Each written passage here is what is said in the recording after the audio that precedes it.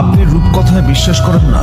এমির গল্পটা আপনাকে তাহলে শুনতে হবে। আপনি জীবন সমুদ্রের উথাল পাথাল ঝড়ে দিশেহারা নাবিক, এমির গল্পটা আপনাকে শুনতে হবে। শত চেষ্টার পর ভাগ্য মুখ তুলে চাইছে না দেখে হাল ছেড়ে দিতে চাইছেন, এমির গল্পটা আপনাকে শুনতেই হবে।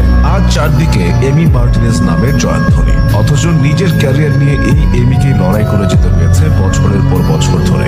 ভাগ্যের নিরেট দেয়ালে বারবার মাথা কুটেছেন, কাটা বিছানো পথে রক্তাক্ত হয়েছেন, তবু থামেননি। হতাশার ভারী পাথর বয়ে পাহাড় চড়ে উঠেছেন সিসিফাসের মতো। মাত্র 20 বছর বয়সে আর্জেন্টিনা থেকে তাকে দলে ফিরিয়েছিল আর্সেনাল।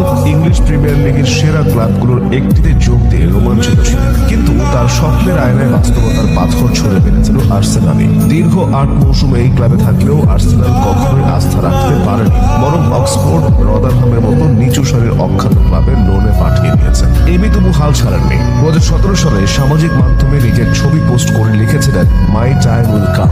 সেই সময় অবশেষে এলো 2020 সালে। দুর্দান্ত কিছু সেভ করে এমি আর্সেনালকে এফএ কাপের